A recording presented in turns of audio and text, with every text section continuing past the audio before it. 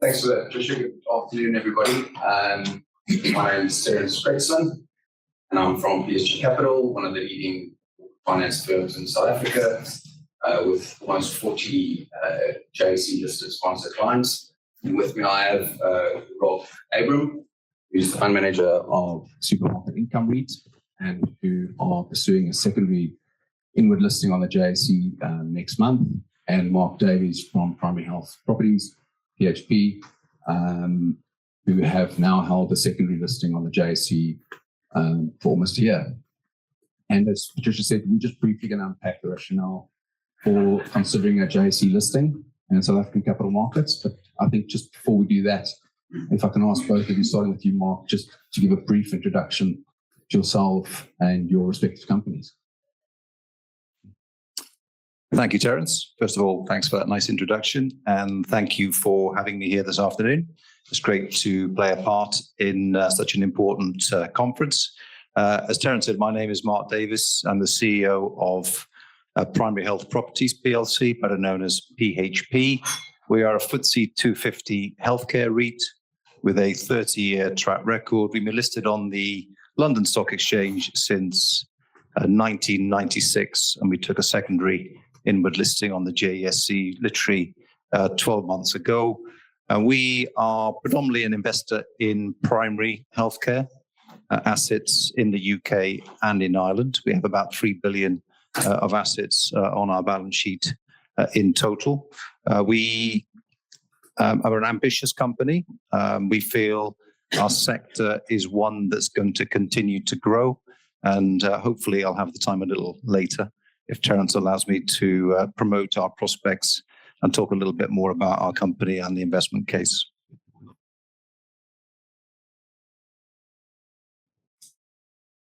Thank you. So, Rob Abraham, I'm the fund manager of Supermarket Income REIT. I've been with the fund for about 5.5 years now. So we've grown in that time from 4 supermarkets to 56 in the UK today, and also 17 in France with our recent sale and leaseback with Carrefour. I had a quick read of the booklet you've got there, which gives a bit more background on the company. So a couple of facts that maybe weren't in there. So we're about 1.8 billion of assets today.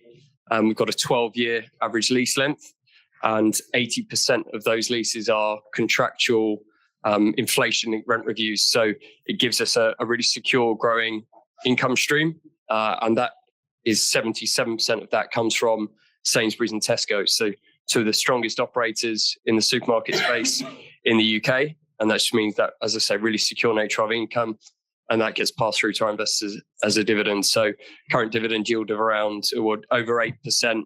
But as I say, very secure, 100% rent collection since IPO in 2017, and also 100% occupancy. So just a really defensive income stream. That's great. Thanks, Rob. Thanks, Mark, for that background. I think let's dive straight into the key question, being the rationale for pursuing a secondary listing on the JSE. And again, maybe we can start with you, Mark, before we get into the detail. Just broadly, why a secondary listing on the JSE? Thank you, Terence. Yes, so as I mentioned, we've been listed on the JSE now for about 12 months. I actually only took over as CEO in April this year, so I inherited that listing. But let me explain why I'm pleased about that and why I think it's a really good thing for PHP and my company. I think first and foremost, the obvious reason for doing this is access to capital and liquidity. Like any listed public company, that's a really important thing to our investors because they tell us that all of the time. So that was the principal reason for doing it. But also there's a long-standing history between the LSE, where we've been listed since 1996, and the JSE. I think it goes back to the 90s. I think the first dual-listed company was Anglo-American. So I think we saw the mining companies and the banking companies, insurance companies, and then the property companies started to take dual listings from sort of 2010 onwards. even though I've only been doing this role for a short time, I previously ran another REIT called New River REIT, and we were coming down to South Africa from about 2016 onwards. I'd love to have done a secondary listing for that company, but with other things that we were doing at the time, we never got around to it. So when I arrived at PHP, and all the hard work had been done by my colleagues, I was very pleased about the listing. And the market's deep and sophisticated, and it's a good place to be. So those were the principal reasons why we did this a year ago. Thanks, Mark. And well, obviously, this is a lot. You've been very integral to this process, so a lot fresher for you. Perhaps you can take us through your rationale for pursuing the listing next month.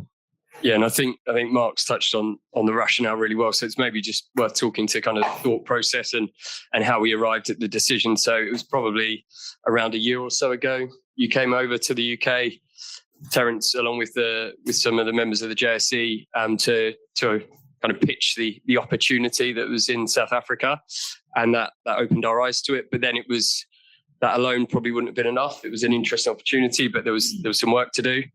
Just by coincidence, at the same time, there was a trip of South African investors over in the UK who were out seeing property companies. We took them to see our Tesco in Bracknell on the outskirts of London.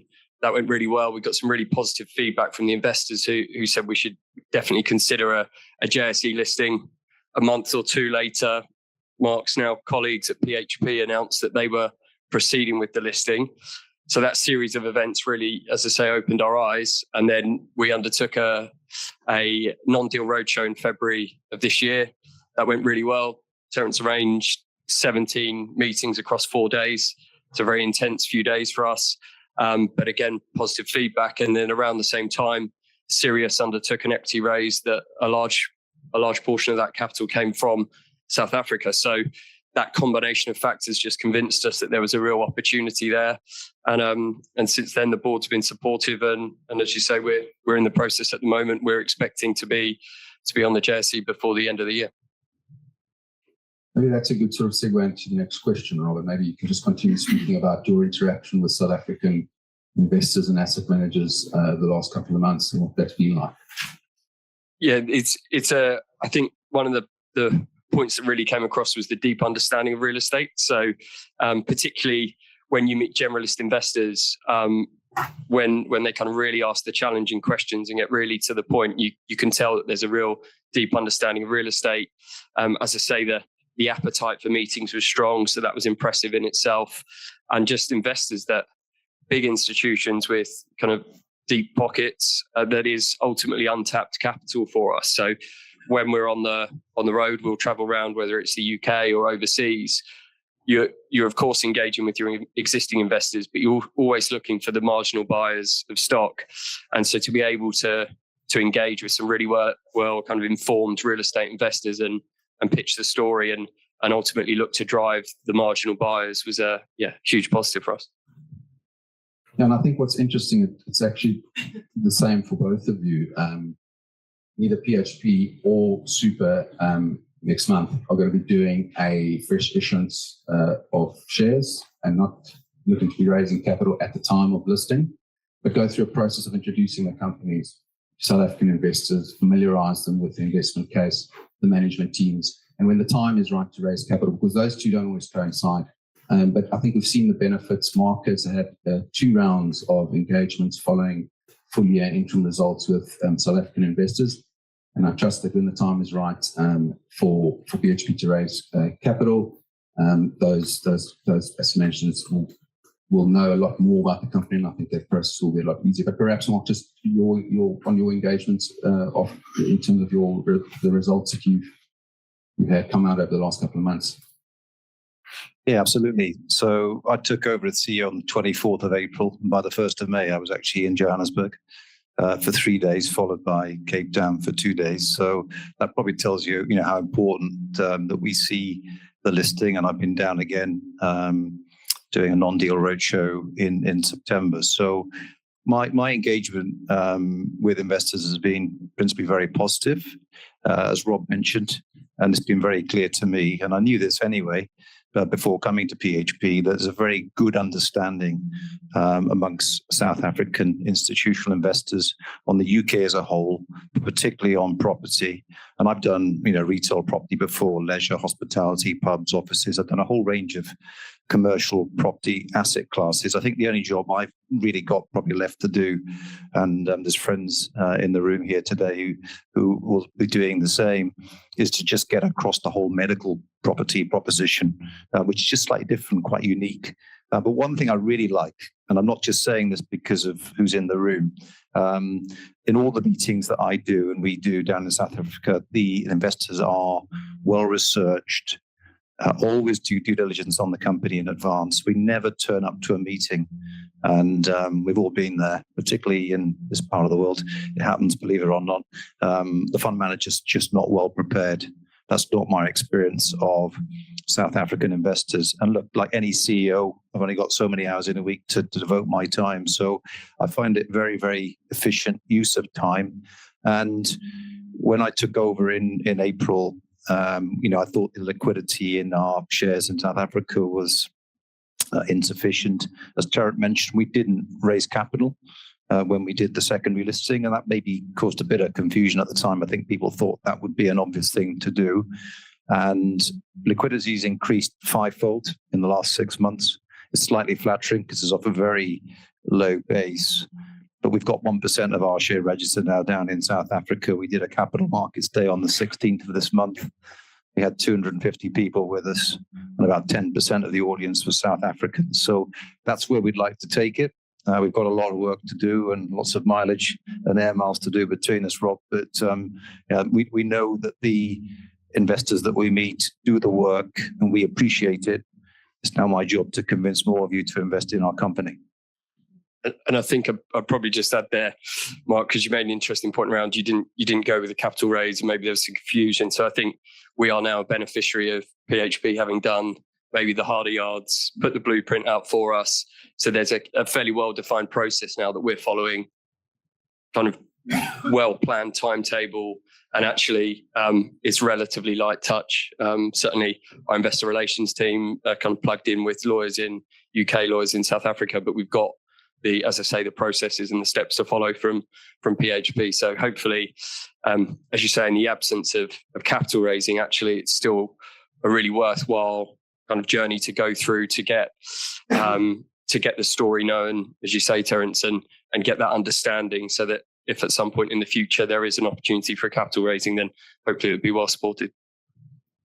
Thanks, Rob. I think you've actually already touched on what was going to be my last question before we sort of allow the audience to ask some questions. And that was really around the secondary inward listing process when you're already listed on a recognized exchange such as the LSE, and what we believe to be a very reasonably inexpensive and easy process. It's fast, it's not expensive, and it doesn't add sort of any added layer of regulatory burden that makes it difficult to hold a secondary listing on the JSE. And I think sort of from having gone through this process now of fast-track listing, and we're sort of 2 or 3 weeks away from the listing date, and then perhaps seeing that Rob's already touched on that, just having now been listed, having to deal with the added regulation of being on the JSE.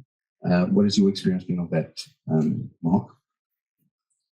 Yeah, perhaps it's worth just confirming from PHP's perspective, it's very much that. When we went through our listing process last year, it was a cost-efficient, effective exercise.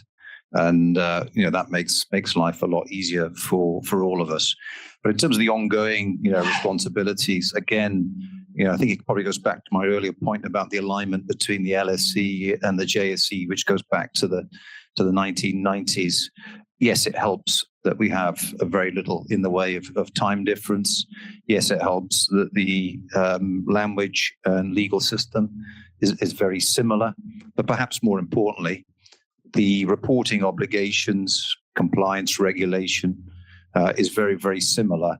And that makes our life obviously a lot easier at a time where there's more and more regulation and more reporting obligations put upon listed companies in the FTSE 250, such as ourselves. So it's a pretty seamless process. And, if I was meeting a fund manager in the UK right now, there'll be some in the room that will say, well, why have you done this? Is this really good use of your time? What about the costs? And these are easy questions to respond to when you believe in something and you've had the experience that we have. I think maybe the final point, because both of our companies started off IPO, came to market and grew into FTSE 250 enterprises. We know at some point it's inevitable. There's going to be transactional activity in our space, in our company, whatever that might look like in acquisitions, disposals, whatever.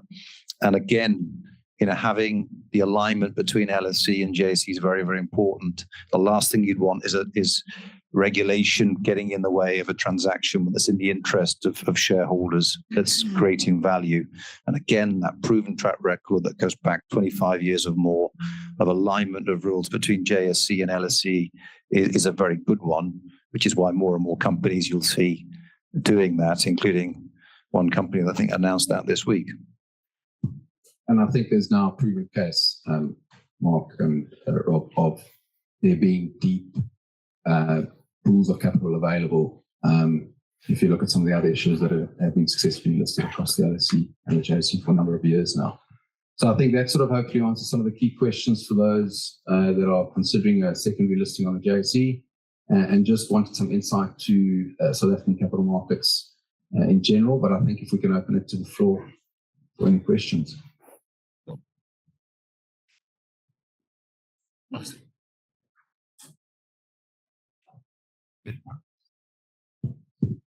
Thank you.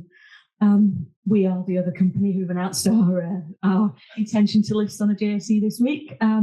Just a quick one from me. Obviously, you talked about getting down there into South Africa, and obviously we've been down as well. How much of your time does it actually take, or your team's time, in terms of managing that? Because time difference is fantastic, but it is a long way. Yeah, I think it just sort of benefit of is the actual process of listing. So Rob's got that, doing that, and then obviously Mark could touch on the time that it takes once you list it. So maybe Rob, you quickly about the process, the resource around the process from there. Yeah, you might need to remind me, Terence, exactly of the kind of timetable, but I think we're talking roughly 10 to 12 weeks from the start to finish. And it's by no means kind of a full-time task. It obviously takes some management. There is some paperwork to get through, as with any project like this, as you might expect, but it's certainly not overly onerous. Really helps that the reporting frameworks are so similar, and that in many ways JSE defers to the LSE. So yeah, that was a big focus for us. The board were very focused on the amount of time, resource, and effort, and relative value that you get. For us, we did the non-deal roadshow earlier this year. That was 4 days. You bolt it on to the end of a kind of investor roadshow where you're taking ultimately a few weeks out of the business to go on those investor meetings. So hopefully, Mark, I haven't stepped on your toes there as well. Not at all. I think Jane's asking the question because she's going to be asked that question when she's on the road in a few weeks, and it will come up because it always does. We've got 10% of our register in the US, 1% in South Africa currently. I'm definitely spending more time in South Africa than I am in the US. And if I'm right, 1% becomes hopefully 5% at some point in due course. And to do that, I probably need to be in Cape Town, Joburg, Pretoria, anyone else that will welcome me, at least 2 or 3 times a year. I'm not saying when we get to 5% or hopefully 5 to 10% that the workload reduces at that point, but clearly there's economies of scale that you benefit from. If we're still 1% of our register in, I don't know, 2, 3, 4, 5 years' time in South Africa, and I'm still coming down 2, 3 times a year, my board and my other investors might question why I'm spending my time that way. Put another way, we're making the investment now. We think we've got 2 or 3 years to try and get the following that we think exists. We know we've got a bit of a story to tell about PHP because we're in a niche sector, but it's a secure income, it's a long income, and it's my job to promote that. And I'm sure you'll be doing that alongside us in the future, Jane. So hopefully that answers the question. Thank you. Sorry, next question. Hi, good afternoon. Thanks for the presentation, Studio, from the JP Morgan team. Quick question. I think for companies who may be in a similar position, and we've discussed costs, compliance, and the rights of other shareholders and their viewpoints. Maybe if you could please give us a sense of what was the initial reaction from your the UK or global shareholder base initially, and how has that evolved over the last year? And frequent questions you get around the SA listing topic. Can I pick that up? Yeah, probably best if I do that one because a year ago we were definitely being asked that obvious question: why have you done this? You've taken a secondary inward listing, you've not raised capital. Kind of what's your motivation? Seems a bit odd to be doing that just now. And I wasn't there at the time, but I know my management team then, responded positively and accordingly. The costs, it's minimal in terms of the cost. There's no issue there that you need to face. I think it just comes down to how you devote your time as management. I think there was some confusion in our case, which we dismissed quite quickly. That perhaps we might be acquiring medical property assets in South Africa, so watch out for that one. Seems an obvious question, doesn't it? Really, but it's to us it seems so obvious we'd not even thought about making that clear in the first place. So like any company, if it's clear with its messaging and its investor relations and the communications, there's no problems. 12 months on, kind of most of that has kind of fallen away. When I meet an investor for the first time that perhaps doesn't know PHP, there's not many of them because we've been going for 30 years. They often do ask that question, why have you got this sort of secondary listing? But hopefully it's coming across today. And hopefully it does when I respond to that question in meetings that we're very enthusiastic about it. We're under no illusions about the work that we need to do. And we're prepared to do it, do the hard yards, do the air miles, get the following, and then, then the success will hopefully come. Anything to add, Rob? Yeah, and I guess I'd probably say I'd come back to the fact that Mark and his team have maybe done the hard yards for us there because it's more well understood now. People have heard the rationale. Of course, it remains to be seen, as Mark says, 1% of the register now, clearly ambitions for it to be more than that. I think then the pressure is on us now to deliver the same, but I think the rationale is certainly understood. And I think people can see there is a huge amount of cost focus at the moment. Just generally across the space, you have to demonstrate value for money for shareholders. So the fact that it's a cost effective route is a real positive. But now it's just on us really to deliver it, I think, and put the time in to make sure it's worthwhile. Patricia, do we have time for maybe one more question? There is one more question. If there are any questions. I don't see anybody. If not, perhaps you give your questions, have some drinks. Yeah, sounds like a good idea. Thank you very much. Thank you for your time.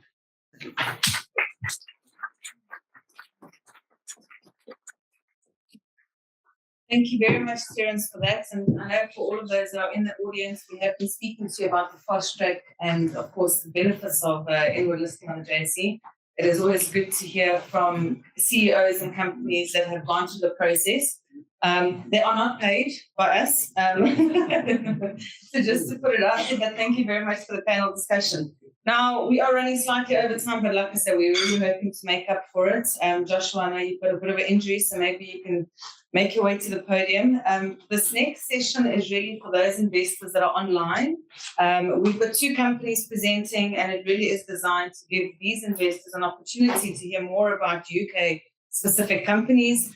We've got Wise PLC, which has got a market capitalization of 7.2 billion sterling. Wise PLC, formerly known as TransferWise, is a London-based fintech company which was founded in 2011. It offers cost-effective international money transfers using real exchange rates. So I'm not going to say too much. Joshua, if you can take us through your presentation, please. Thank you so much.